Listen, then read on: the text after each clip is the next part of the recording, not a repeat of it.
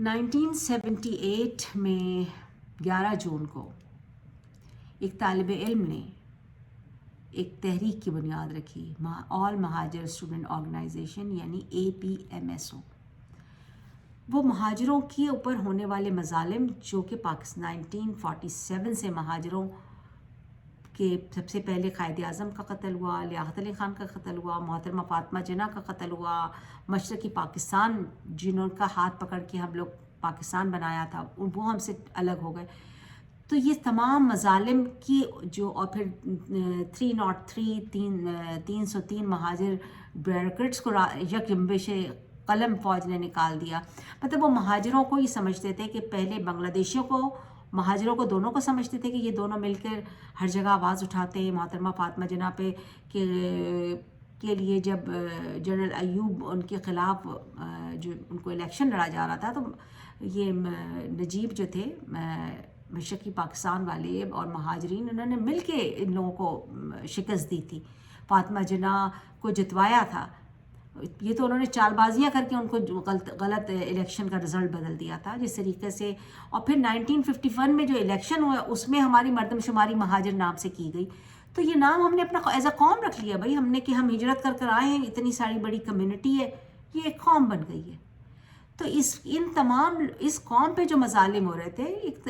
الطاف حسین بھائی ان کے رہنما بنے، ان کے رہبر بنے، مگر کیونکہ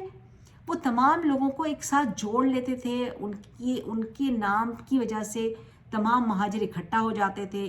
ایک اپنی یونائٹڈ ہو جاتے تھے، تو زیادہ فوج کو تو نہیں پسند۔ اور پھر دوسری یہ مڈل کلاس طبقے کی آواز تھی، یہ لوور مڈل کلاس طبقے کی، یہ غریب متوسط تعلیمی یافتہ طبقے کی آواز تھی۔ پاکستان کی تاریخ میں آج تک جو ایک وڈیرا سرداروں جاگیرداروں کی جو جس کو اسٹیبلشمنٹ کہا جاتا ہے، فوج نے مل کر ایک جال بنایا ہوا تھا، اس جال کو بریک کیا تھا، اس آئس کو بریک کیا تھا الطاف حسین بھائی نے۔ غریب نوجوانوں کو، متوسط غریب تعلیم یافتہ لوگوں کو اسمبلیوں تک لے کے گئے تھے،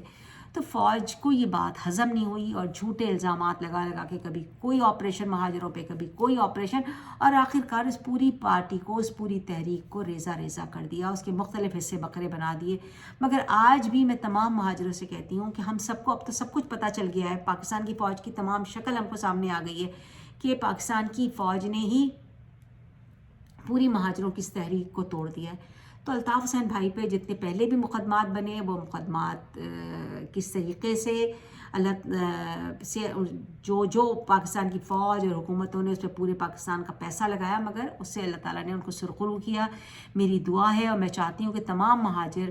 دنیا کے جس حصے میں بھی ہیں پاکستان سمیت، سب ان کے لیے دعا کریں کہ اللہ تعالیٰ یہ الطاف حسین بھائی کے اوپر مقدمہ نہیں ہے، یہ تمام مہاجروں کے اوپر مقدمہ ہے، یہ تمام مہاجروں کے اوپر مقدمہ کیا ہے، تو تمام مہاجروں کو اس کے لیے تمام جہاں بھی جو لیڈر ہیں ان کو الطاف حسین بھائی کے لیے اپنے ویڈیوز بنانا چاہیے، ان کو لیٹرز لکھنا چاہیے، اور لندن کی حکومت سے درخواست کرنا چاہیے کہ یہ